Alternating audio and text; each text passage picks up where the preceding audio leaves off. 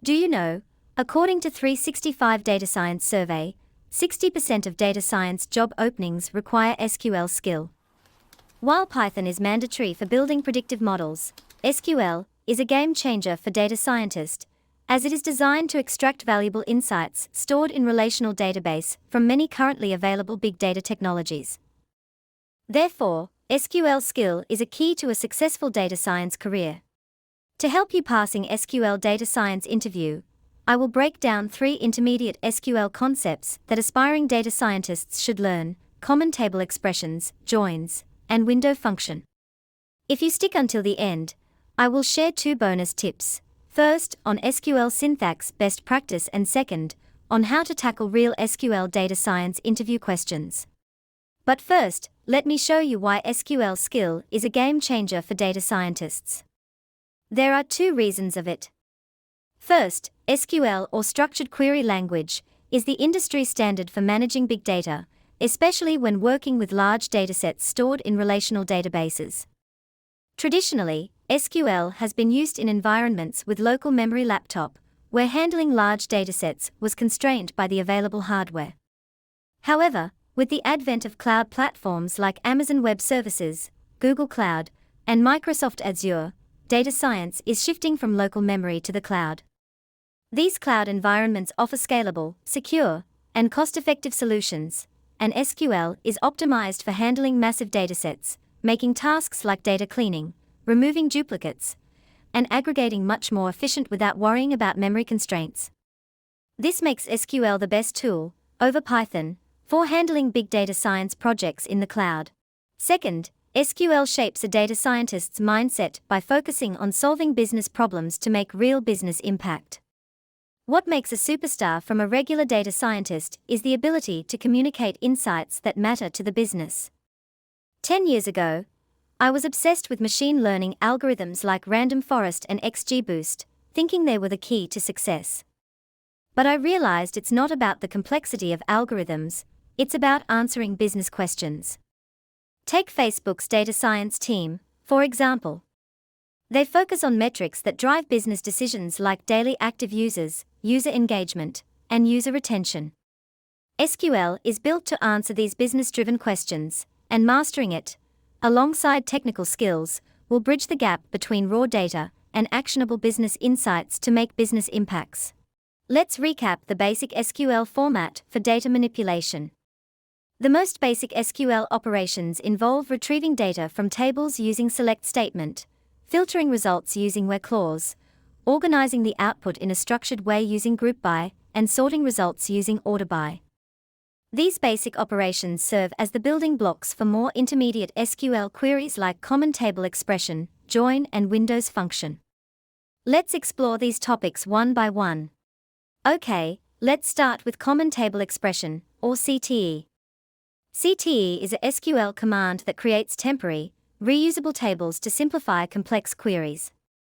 It allows users to break down operations into smaller steps, improving readability, making debugging easier, and allowing efficient queries for advanced data analysis.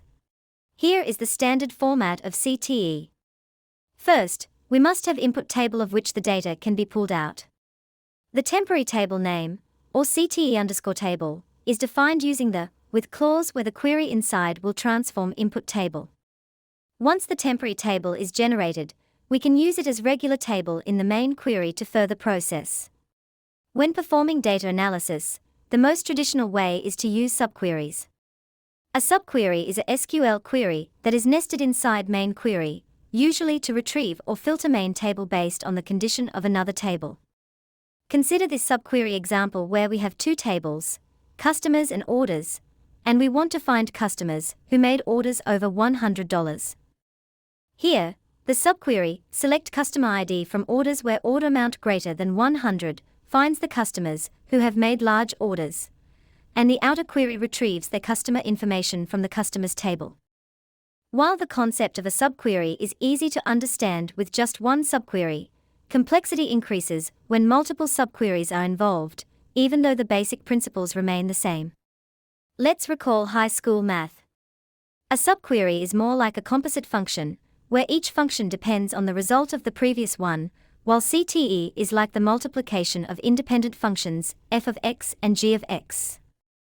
In other words, subquery runs in series while CTE runs independently or parallel. One of the key benefits of using Common Table Expression, or CTE, is that it helps reducing complexity and the potential for errors, which can occur when a query becomes more complex. If an error does arise, debugging becomes much easier as CTE breaks the query into smaller, manageable components that can be isolated and tested individually. Now, let's go back to the previous subquery example. To convert it into a CTE, we can define a function of large orders temporary table using the with syntax, which filters customers whose order amount is greater than $100 from the orders table. The main or outer query will then select customer information from the customers table where the customer ID matches from large orders temporary table. If we have multiple functions, we can define them one after another, separated by commas except the last CTE table just before the main query. As we can see, using CTE makes the main query much simpler and easier to understand, especially when dealing with complex logic. Before continuing to next SQL topic, if you like this video content, please consider subscribing my channel so that you won't miss for my future videos about tips on how to succeed in data science for business world. Feel free to drop comment below and I'd be happy to answer. Okay, let's continue. In this part, join is a SQL command that combines two or more tables based on a shared column. Think something like a customer ID. This helps give a complete picture of a customer's interactions and behavior. There are different types of joins in SQL, like inner join, full outer join, left to right join, and anti-join. To make easier understanding, think back to the Venn diagram from the math we learn in high school. Each circle represents a table, and the overlapping part shows the matching data. Visualizing SQL joins with the Venn diagram can really help clarify how tables relate to each other, helping us to decide which data gets included, excluded, or matched. In inner join, that is the intersection or matching between two tables, we get customers who have something in common. Suppose we have two tables, customers and orders. We want to get a list of orders along with the corresponding customer names. Using the inner join command in SQL, we get the result only including customers who have placed an order. They have customer ID 1 and 2, which refer to John Doe and Jane Smith. If we pay attention carefully, John Doe is mentioned twice in the output table because this person, with customer ID of 1 from order table, purchased 2 products, laptop and keyboard. Now, let's flip it into a full outer join. Think of it as the union of two tables. This join includes all records, or rows, from both tables, but it produces null if there is no match. This is typical when facing business question, which customers have placed orders, and which customers haven't placed any orders yet. For example, imagine we have customers table and orders table. A full outer join would give us a complete list of all customers, along with their corresponding orders if they exist. In the output table, for customers without order like Bob, we'll see null in the order columns because Bob, having customer ID 2, does not have records in order table. On the other hand, for orders with no matching customer, like tablet, we'll see null in the customer columns. A left join returns all records from the left table, or table 1 as reference, with additional columns from the right table, table 2, based on a shared column, such as customer ID. If no match exists, the right table columns show null values. The number of rows in the output will be the same as the left table, table 1, meaning all records from table 1 will be included, regardless of whether there's a match in table 2. Here is the example. We have two tables, students and department tables. When we left join student and department table, the output table have same rows from student table, acting as reference table, but with a null value in the department column because student ID 1001, 1002, and 1003 are not in department table. Furthermore, in a left anti-join, only non-matching rows from the left table are included. This can be achieved by adding a where clause to check for null values in the right table's shared column. For example, a typical business question might be, which customers have made purchases, and which haven't? A right join works similarly to a left join, but with the reference table on the right side and replacing left join with right join. The concept is the same, just reversed. To choose between a left or right join, simply determine which table is the reference table and the direction of the join. However, if we are clear about the reference table and the join direction, we don't typically need to use a right join once we've decided to use a left join. As bonus points, when writing SQL queries with joins, there are a few important things for best practices. First, use table aliases. Always give each table an alias. This makes it clear which columns come from which table, since it is common for same columns originating from different tables. Aliases not only improve clarity, but also make the query easier to read and maintain, especially when the SQL query becomes more complex. Second, use distinct. When selecting columns after joining tables, it's a good idea to use the distinct keyword right after select statement. The reason is because joins can still often produce duplicate rows. By using distinct, we ensure that the query returns only unique rows after the join, avoiding duplicate rows. Third, perform due diligence. Always verify that 1 + 1 = 2. In other words, ensure that the number of unique customer IDs, before and after the join, remains consistent. Otherwise, it indicates that the join may not have been implemented correctly, potentially causing row duplication. This practice ensures that we can confidently explain any missing data or inconsistencies if they arise. Finally, always draw a Venn diagram before joining, so that we can decide easily which type of join is suitable for data processing. A window function in SQL performs calculations across a set of rows in a table, without requiring a grouping clause. In other words, window functions allow users to retain individual rows, even if there are duplicates customer, while still performing calculations on the data. A business application of window functions could involve calculating cumulative metrics, such as total spending over time, for an individual customer, with multiple transactions on different dates. Another use case could be determining the average number of attempts needed to convert customers in a marketing campaign. The basic syntax for window functions in SQL follows a specific structure and logic. First, we start with the window function. This is the aggregation function or calculation we are trying to perform, like sum, average, maximum, and minimum. Second, we use the over clause. This is where we define the reference point for the function to start, based on partition and ordering. Third, there's the optional clause in partition. If used, the result set is applicable into groups of rows based on particular column, and the window function is applied to each group separately. Fourth, we have the order clause, which is also optional. If we choose to include it, it specifies the sequential order in which the rows should be processed within each partition. Without order by clause, there won't be any sequential order for the windows function to execute. In this first example, the window function will calculate the cumulative salary using the sum function and the partition clause on department ID. The order clause ensures that the cumulative calculation occurs in sequential order, based on salary that is from lowest to highest. For instance, in department ID 10, the sorted salaries are 50K, 55K, and 60K. As a result, the cumulative salary in that department would be 50K for the first row, 105K for the second row, and 165K for the third row. If we want the salaries sorted from highest to lowest, we can simply add desk statement after salary statement in this window function. The same logic applies to other departments, such as department ID 20.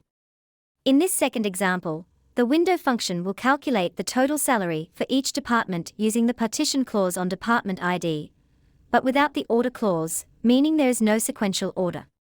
As a result, the total salary for each department is the same for every employee within that department. For example, in department ID 1, the total salary would be 165K. In department ID 2, it would be 180K, while in department ID 3, it would again be 165K. Other than aggregation, I will share ranking window functions like rank, dense rank, row number, and n-tile, which are useful for analyzing sequential patterns over time. The rank function assigns a rank to each row based on the order clause applied to the salary column. If two or more rows have the same value, such as the 75K salary appearing twice in this example, both rows will receive the same rank, that is rank 2. However, the next rank, or rank 3, is skipped after these equal values.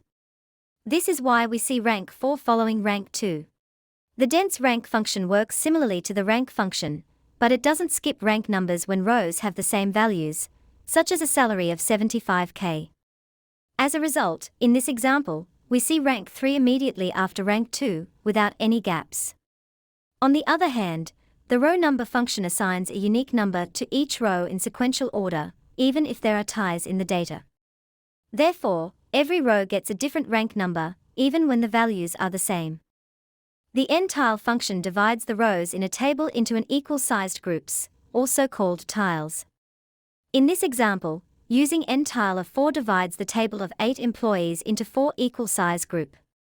For example, the first tile, or tile 1, contains the top 2 highest salaries. The second tile, or tile 2, contains the next 2 highest salaries, and so on. If the number of rows isn't perfectly divisible by the number of tiles, for example n-tile of 3 from 7 records table, the n-tile function will try to distribute the rows as evenly as possible like in this example. The first tile has 3 records, while the second and third tiles have 2 records each. In this second bonus chapter, let's dive into real SQL data science interview from Amazon.com, where the problem statement asks about calculating top highest grossing items. Assume we are given an input table containing data on Amazon customers and their spending on products in different category. Write a query to identify the top 2 highest grossing products within each category in the year 2022. The output should include the category, product, and total spend. To answer this question, we must grasp the hints such as top 2 highest grossing products for each category and for any transaction in the year 2022. Now, let's take a deeper look for the output table. Each row in the output will represent a unique combination of category and product, such as appliance refrigerators or electronics vacuum. A single category, like appliance, can appear multiple times with different products, but for each category, we want to display only the top 2 products based on total spend. Therefore, this can be achieved by using a combination of window functions and grouping. Let's write the SQL syntax based on the concepts we have discussed previously. First, we'll begin by filtering the product spend table to include only transactions that occurred in the year 2022. To get total spending amount of each unique pair of category and product, we can group on category and product, and write some function of spend column on select statement after category and product, to compute total spending. Second, to identify products ranking within each category, we'll use a window function like rank or dense_rank. This will allow us to assign a rank number to each product, based on the total spend amount. The ranking should be based on each category, and it will be sorted by the total spend amount in descending order, from highest to lowest. Finally, to get the top 2 products, we can simply filter the ranking to be less than or equal to 2. To keep the query simple and avoid using complex subqueries, let's use a common table expression, or CTE. We can define the reference temporary table, named ranked_spending_table, using the with clause. After that, we can simply perform simple query on this temporary table by selecting category, product, and total spend where ranking is less than or equal to 2. The most important thing to solve SQL data science problem is to always know the desired end state and work backwards into manageable steps. Now, with the SQL concepts in this video, you can practice and be more confident to pass the SQL data science interview. But don't stop here, because passing the interview is just the beginning. Click here on this next video to learn some common mistakes data scientists make and tips on how to avoid them for long-term career success. Thanks for watching.